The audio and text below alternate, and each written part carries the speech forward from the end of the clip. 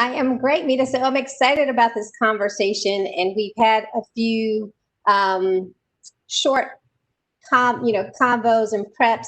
So I know we have lots to talk about, lots of insight to give. So I think we should just get going. You've been busy since the last time we had planned on having this talk. So we've had plenty of time to think about it, plenty of time to regroup. So let's get started. I don't think everybody knows the fullness of who you are. So just give us like a quick story about your background. Who are you? Who's your mom and them? All of that. Like tell us more about you. Well, Adrian, I'm just delighted to do this conversation with you. So thank you for being here with me. Well, I'll start with Adrian will laugh, but it is week 31 here for me, yes. Day 4. I'm sure you're all counting, maybe you're not, but I am counting when we started working remotely in this pandemic and parenting, cooking, teaching, all of that. I have a 5 and 7-year-old. We're in Jersey City. We haven't left. We're in 1,500 square feet, holding strong with my partner who's also working full time. So that's a little bit about what we're doing. And, we have this conversation, I know, from a place of privilege because we've got food, we've got shelter, we've got our health, and we have the privilege to actually have this conversation from the comfort of our homes. And so that's where I am pandemic wise. And a little bit about me, I'm a marketer. I'm a passionate storyteller. I've always been really interested in storytelling. I was the kid who watched commercials instead of shows. I should say, I know people should still be watching commercials, but that was a little bit, I was always interested in storytelling. And I grew up in a time and a place. I'm the proud daughter of Indian immigrant parents. I grew up outside of Boston with my younger brother, and I didn't feel like I belonged in my community growing up. I was bullied a lot, both verbally and physically. And then I also didn't feel like I belonged in the world. And what I mean by that is I didn't feel like there was content or media or products that spoke to me. I read a lot of Essence growing up. I am dating myself, loved Fresh Prince of Bel-Air and Will Smith, but I didn't identify. I identified with the Black community, even though I didn't identify as Black. And so there's probably, if you hear that background about me, you're not surprised where I ended up today. Yeah, but that speaks to being part of a culture. Sometimes there are cultural things that connect us versus what our racial background and how we identify that way. We talked a little bit about, and I want to kind of double down on it because I want to, hear like some of the bullying that you talked about as we talk about inclusion and diversity, and you shared like a very intimate story about, what happened in science class once, I believe. And so till this day, I want you to share that story because we're going to go after whoever did that and create this fight. No, I'm kidding. But share that story so we can talk about sort of what that meant as, an Indian immigrant in Boston. We know what that's like, but how the interaction, the people, the adults around weren't fully engaged. But let's hear that story and we can unpack that a little bit. Yeah, I was the funny looking dark girl with a funny looking long braid whose parents drove a funny car and they played funny music and they had funny accents until it wasn't funny anymore, right? And that's when I think funny and what you think is a ha-ha joke translates into something darker, which is bullying. And in my case, I was bullied a lot, lots of different instances, but I think the experience I still carry with me today was intro to physical science class my freshman year, where there were 2 white boys who had been bullying me for some time. And the bullying that day escalated to them setting my hair on fire in intro to physical science class. And it was interesting because my lab partner didn't speak to me. She didn't like me very much. And that was the first time she spoke and said, "Your hair is on fire." They had been lighting these matches and throwing them into my hair from behind me. And I think we all have these memories. They're like crucible moments in our life. It's like I'm transported when I tell that story back to that laboratory. But what I would say to you is, as you were saying, find out where those boys are today. In the years that have passed, I have Googled people like, maybe we do with exes or other people that have passed on through our life. But, my rage or my disappointment and my path to forgiveness, it was all misplaced because I want to know where the parents were, where the teachers were, where law enforcement was, and this translates exactly into what's happening in our organizations today. So if you see something, say something. And as I shared with you, Adrian, that was the first time in my life someone showed up as an advocate, other than my parents, in the school system where the guidance counselor saw what was going on. I guess figured that I was fast. I'm very uncoordinated, as my husband will attest to, but I'm pretty fast. And so he actually really forced me almost to join the track team. And sports became the great equalizer because all of a sudden I was just fast like everybody else, and it was an even playing field. But that was the first time in my life where someone really stood up outside of my nuclear family to be an advocate for me. You know, you speak about being an advocate and, you know, how that really plays out into real life. And I think it's, you know, super serious that even that point, like you said, is one of those trigger moments in your life that reminds you of something that happened when people could have stood up, that translates to today where things are happening in society and in the workplace where we know people can stand up for you and not be what I call a bystander, and watching things happen in an inappropriate way. And I think as we talk about inclusion and diversity in any organization, whether it's marketing, you know, brands, clients, we still see that as it relates to, you know, partners not being promoted, you know, who work with us, people of color, women. We see injustices that are done within the workplace, but a lot of us don't say anything. You know, and I think I always love to share this quote as it relates to being a bystander, that Sylvia Wagoda, who was a founding executive director of the Georgia Commission on the Holocaust. And she says there are three types of people involved in every atrocity: the perpetrator, the victim, and the bystander. And the worst is the bystander, for they further victimize the victim with their silence while simultaneously giving permission to the perpetrator. So imagine if we had, you know, more people who were not bystanders and who were being more activists, how our worlds could be a lot different, how the inclusive work environment could be different, and people would not be left out, you know. So I thank you for sharing that story, because it sort of sets the foundation, you know, as it relates to people being left out, not included, and how we can move forward in this space. You know, when I tell that bystander story too, I think about what recently happened as it relates to George Floyd. We had, you know, the perpetrators who were the cops and the victim, George Floyd, but then the world became bystanders to that situation, and we watched it in horror. And that's how we've gotten this momentum now as it relates to inclusion and diversity. And there's been a lot of shifts being made. And I know you wrote a great article in the Harlem Business Review. And I'd love for you to just kind of talk about what motivated you to write it, give us some insight on it. You know, you had 6 key questions that you posed to everyone, so you could tell I read that. So let's unpack that article a little bit, so people can, number one, go read the article, but number two, kind of get your thoughts on this new direction that we're going on and why it's been so important for inclusion and diversity to be incorporated into organizations. Well, thank you for reading the piece. It was published in Harvard Business Review. I was really excited to see that they wanted to share the story and my voice. And it was really, the question I'm asking is, do you know why you need a chief diversity and inclusion officer? And actually, Adrian, why I wrote it was because I had so many people in my network reaching out to me just to say, what is your role like at Unilever? We're actually thinking of starting an inclusion office. We're trying to figure out the job description. Do you know anyone who could be a good fit here? And these were like startups, mid-size, multinationals. And so I wrote the article from that point of view to sort of give people a roadmap as they were going through this work. And I think probably one of the most provocative things I've said, and you could certainly respond onto some of the things you read in the piece, but that if you are creating this role, and if it is 3 levels down from the CEO, and if you are not going to put a budget, and if you're not going to actually, let's say, value me, the person who you're putting into that role, with the correct compensation, you should stop the search now. Right. Oh, you're on mute.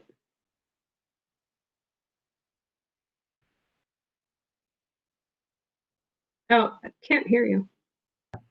Yes, go ahead. Okay. Yes. So I didn't want the outside to come in. No, it's okay. So let's pose those questions that you actually asked in the article. I'm going to interview you now. Oh, sure. Okay. Those questions, you know, why now? That was the first question you asked. Like, why now are people really focused on building inclusion and diversity teams? What did you say about that?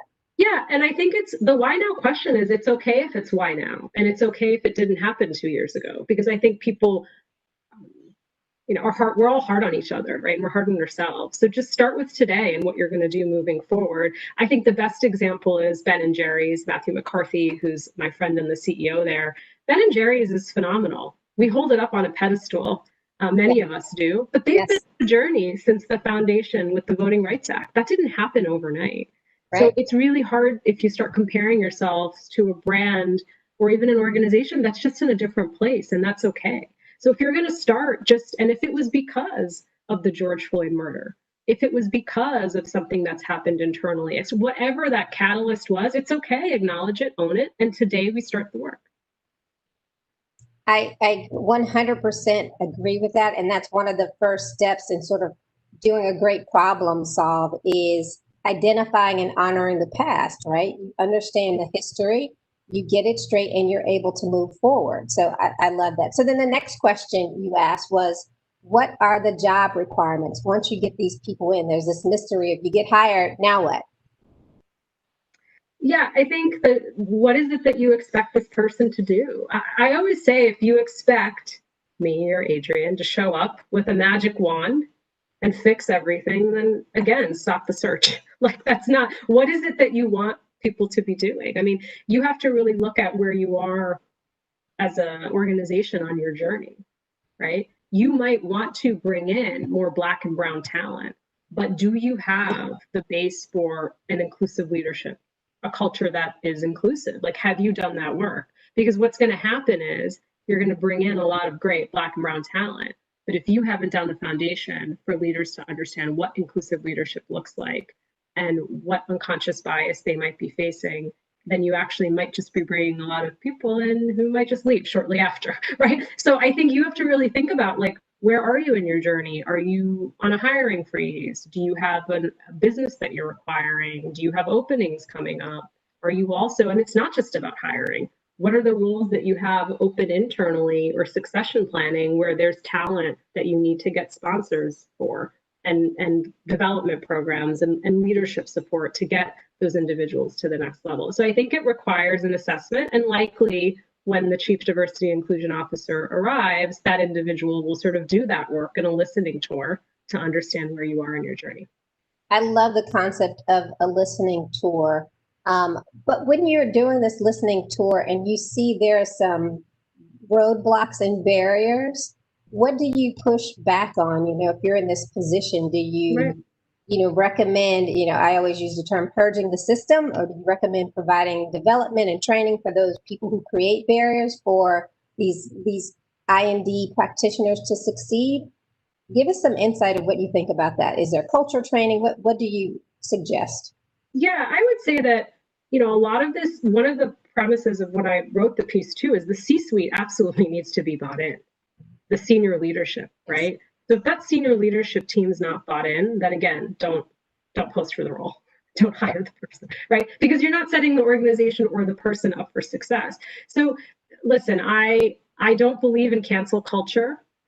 I mean, I believe like 98% of people have good intentions and the impact doesn't always land. Now, there's probably, as we know, 2%, if we look in the headlines, who don't have good intention. And when I say I don't believe in cancel culture, I ask myself the question, what would it like to be canceled if I made a mistake? Because the role of an advocate too, like, being an advocate it's going to cost you something. It's not for free. It's going to cost you your pride. You're going to make mistakes. It might cost you your financial or physical comfort. There are all sorts of things that it could cost you. So I think we have to have a path for leaders to learn and to grow, as you're saying, in terms of training and support.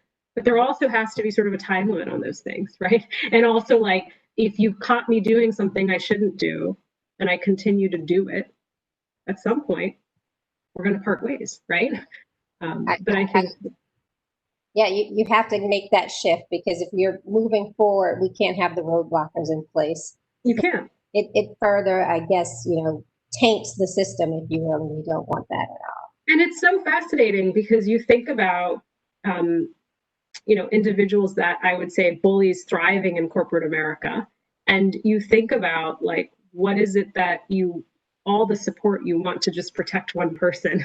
That can really, really damage and destroy a culture. And, you know, many of us have been reading media headlines as these things have been unfolding, and you're like, wow, it's, you know, just, you know, not always one person, but sometimes if that one person went on to their next chapter, it might be better for the organization. So we get these inclusion and diversity people in the mix, right? Right. What do we do? Like, where do we sit them? Where should they be placed within an organization? You're really going through the whole article. I'm impressed. I said I was going to go through the article, and we're going to take these people through it, and you're going to answer the questions, damn it. I'm here for it. So where do we sit about? Them? Yeah, I mean, this is where the people sit in our. Yeah, but how does it work? Where do they go? I mean, my premise is it needs to be in the C-suite or one click down, no more than one click down, right? It needs to be either reporting into the chief people officer, chief HR officer, dotted line back to the CEO, or reports into the CEO, dotted line back into the chief people officer. But it cannot be buried. I don't understand if it's 3 or 4 levels down, because then you're not setting up the person for success or the organization. It makes no sense, because this individual has to be at a level where they're in the room when conversations are happening. And I know we'll talk about this, not just about people, but also about the business, right? And who are you choosing to partner with and why? How are your brands showing up in the marketplace? Like, you have to start thinking about everything you do is with the lens of inclusion, and you need that person to have a voice at the table. Yeah, I think what most organizations historically have been doing is putting the inclusion and diversity department as a separate entity, and they sort of worked in silo versus working in concert, or like you said, reporting directly to the CEO. And there have been questions like, should HR report to diversity and inclusion? Should diversity and inclusion report to HR? Or should they be partners in this journey versus, you know, we'll get to you when, or, you know, who's managing that control? And I think that's where those barriers and blocks have been traditionally. So I love what you're saying. Take a great look, another look at where these I&D leaders sit and proposing something different. So you know what the next question is going to be, because I literally am going down there. I don't know. I don't remember now, but go ahead. You do. So exactly. So what is, you know, we can't have a successful team without, you know, budget. Is it like an army of one? You know, you hire one, you know, inclusion and diversity leader, and your box is checked, you know, like on to the next thing. Or do they need more? Yeah, it depends on the size of your organization. If you're any sort of multinational and you have one person, again, don't post the job. I mean, even in my role, and I'm at Unilever, so it's much larger, and we've had the proper resourcing, as do many of my colleagues on this call, and then also at other large organizations. But I don't understand how you want one person to come in and do both the strategic and operational. Yeah. It doesn't work. Right. It's a lot. And again, I think it goes back to being able to create those partnerships, making sure everyone is set up for success and not failure, and allowing them to grow within the organization so everyone has a lens of what inclusion and diversity actually means. Absolutely. And so I think, as you're saying, you hire the head of diversity, chief diversity officer, you give them the resources to build out a team, but the budget's not just for salary. The budget is also for building partnerships, getting access to pipelines for Black and brown talent, right? Yep. Thinking about not only from the recruiting piece, but also the leadership and development piece, the training. That's not happening for free, right? So if you also think you're going to hire a chief diversity and inclusion officer and that person's going to do all the training, that's also not going to happen. And that's not also setting the person up for success. I agree. So we need a budget, we need teams, and we need, I guess, what I call a coalition of willing. It just can't be any folks that are doing it. And I think they also should look differently and be more creative in terms of the types that they actually hire. So let's move to the question. Next question is, you know, the metrics for success. How can you determine that these positions are really a success? How do you know when a team is winning? I know we're all at different points in our journey as it relates to inclusion and diversity. You've got like multiple tiers. I think folks are just getting into it, folks that have are in it not quite doing it right. And there are folks who've been doing inclusion and diversity forever, and yet and still we're still having this conversation. So, what do you think success would actually look like?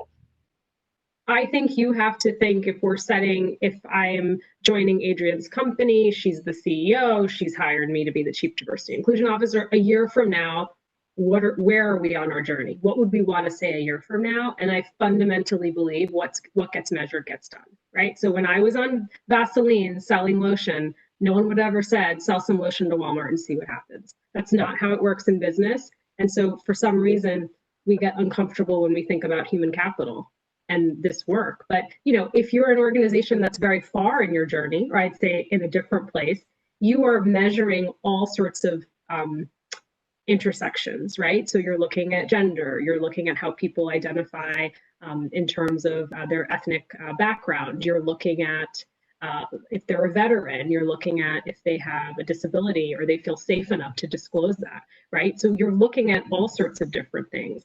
I mean, at Unilever, one of the first things we started to do, which was 10 years ago under Paul Pullman's leadership, was to measure gender, right? So there's workforce representation. There's other things you can be measuring, like attrition.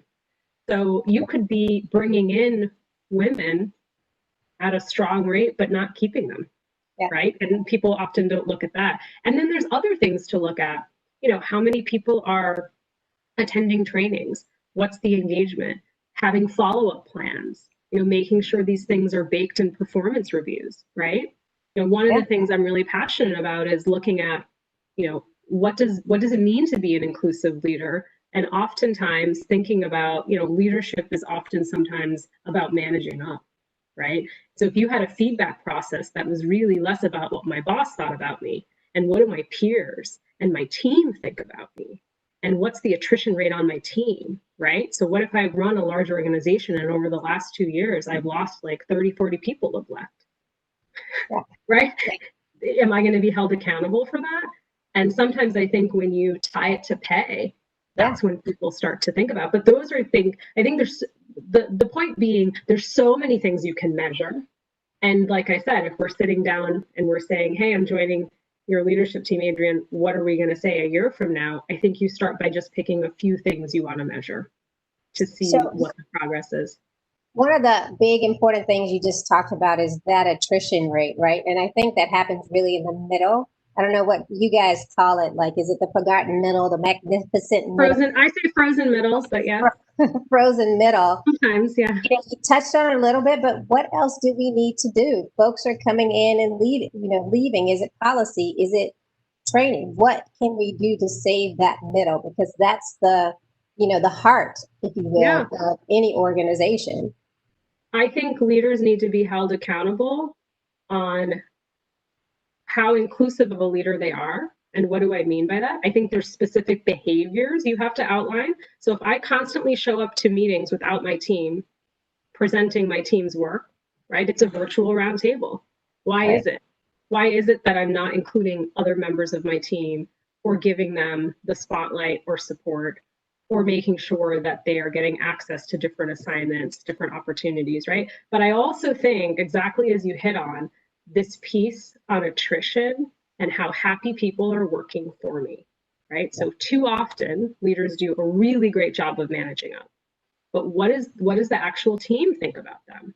And really, if you think about, if I could even say weighted feedback, right? Like as a part of a process of actually what my manager thinks about me is less important in terms of servant leadership. It's really about what my team and peers think about me.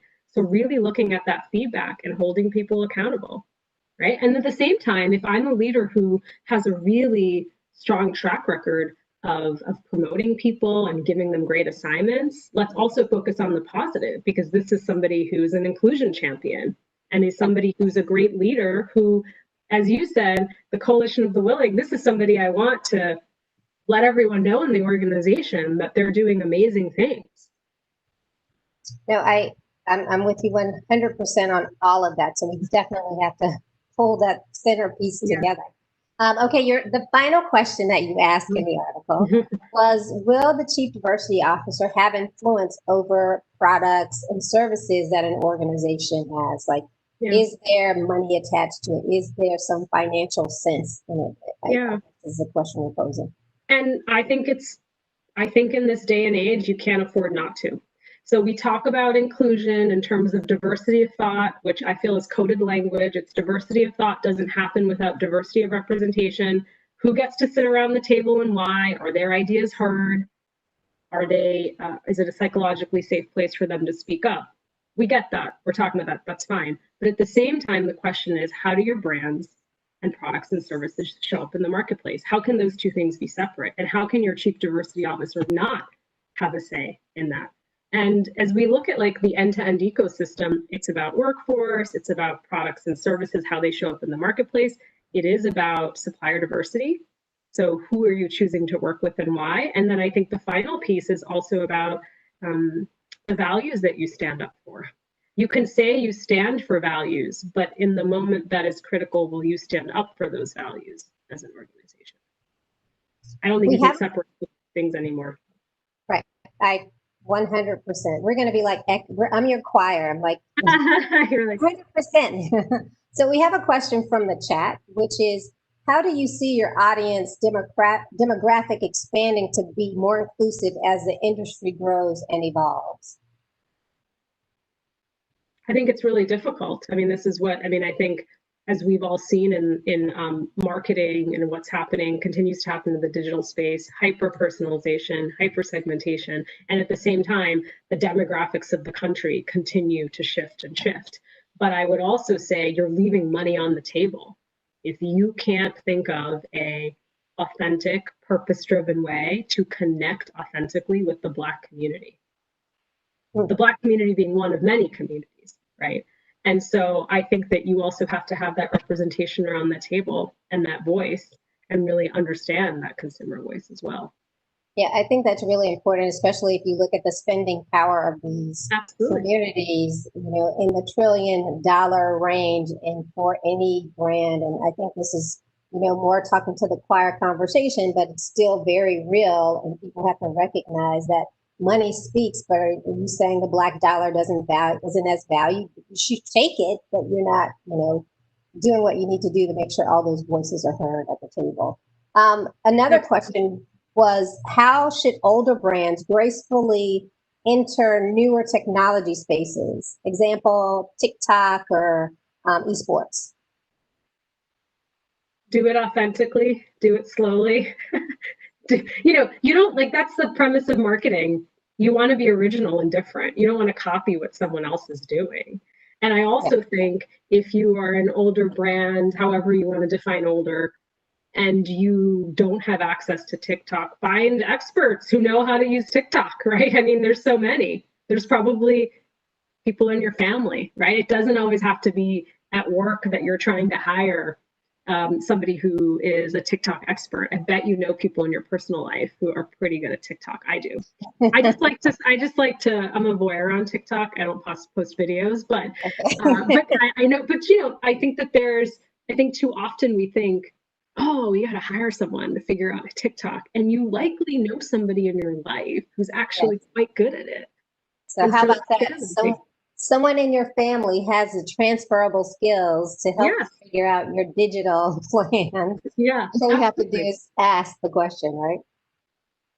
So we have one more question, and it says, when it comes to communicating, and this is focusing on about a brand's purpose. When it comes to communicating with your consumers, how do you think about brand purpose, and how does that impact your approach to marketing?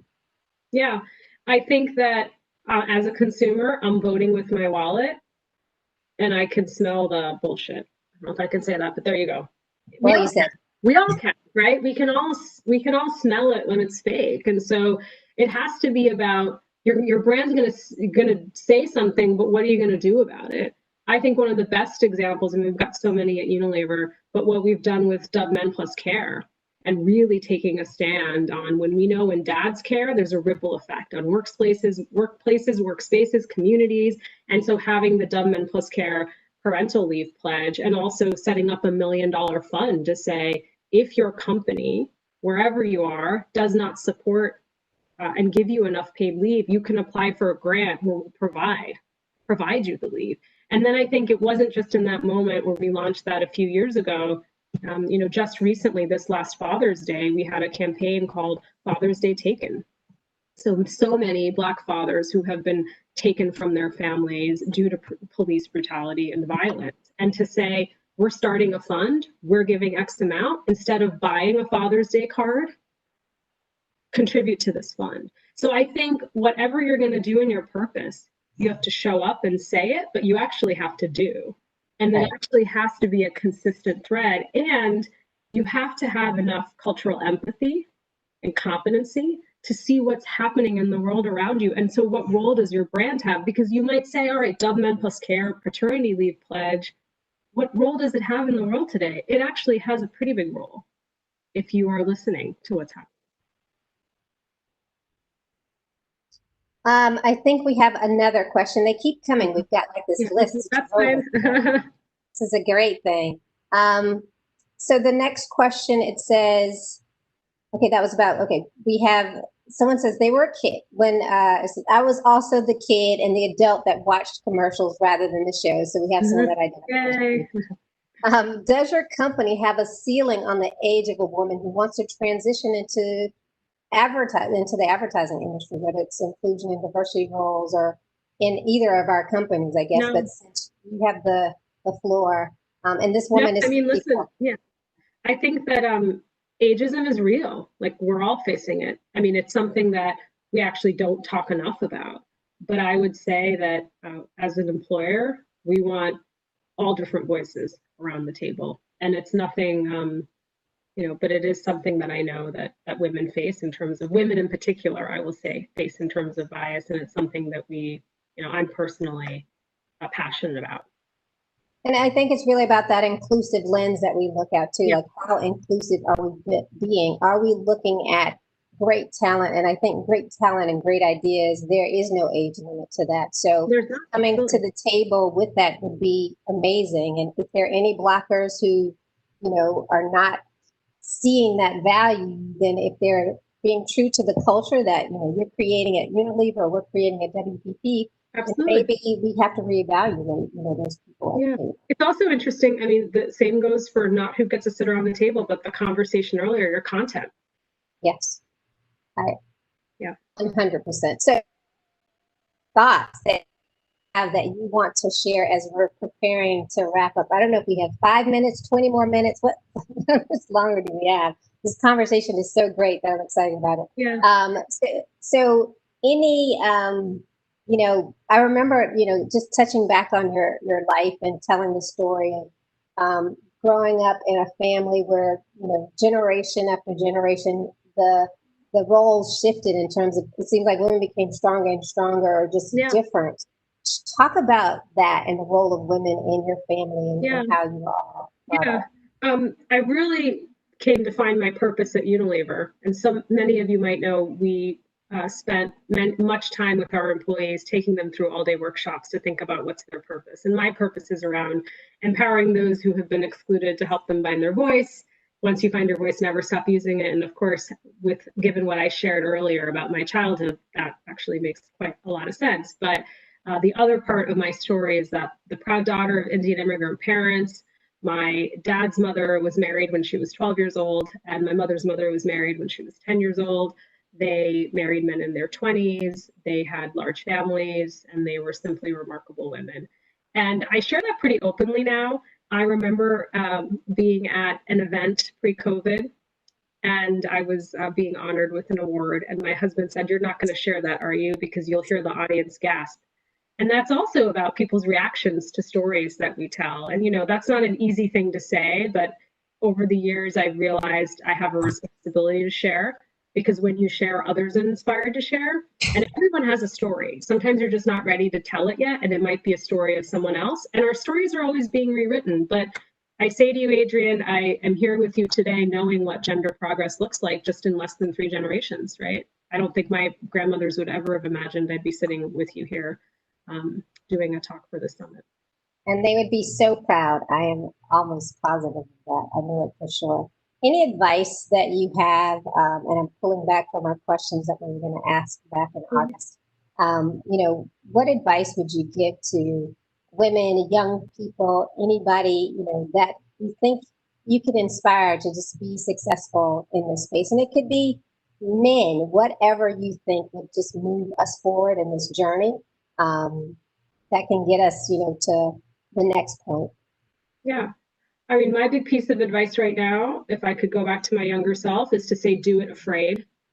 I spent so much time worried about what other people would think, or I was scared of trying something new. And I think especially as we're in this time, I was speaking to some college students yesterday. It's a scary time to be. There's a scary time for all of us in different ways, but especially if you're in the job market looking.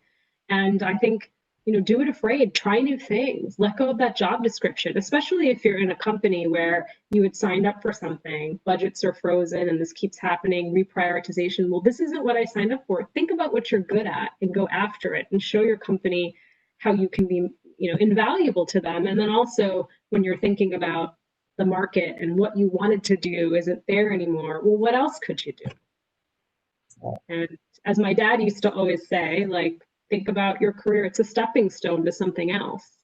It's not that you're going to do this one thing forever. You're going to learn from it and then you're going to go on to something else. That was great advice, because I remember, my parents being in the same job for 20 plus years, waiting on that gold watch. So, approaching things, not being afraid, trying something new, all of those are super valuable. Okay, we have another, I know there's always like one more question that has popped up. When you feel like you're repeatedly not being heard by your management because you're one of a few that have the courage, and I think you were talking about that just then, have the courage to be vocal, what suggestions do you have to help communicating among colleagues and management? Yeah, that's a great question. I would say never stop trying. And that's easy to say because I know Black and brown people today have an enormous burden in organizations, and it's not the job of Black and brown people to educate. And sometimes we fall into that place, especially if we care. And so take care of yourself because it's emotionally exhausting, but it doesn't mean we stop trying.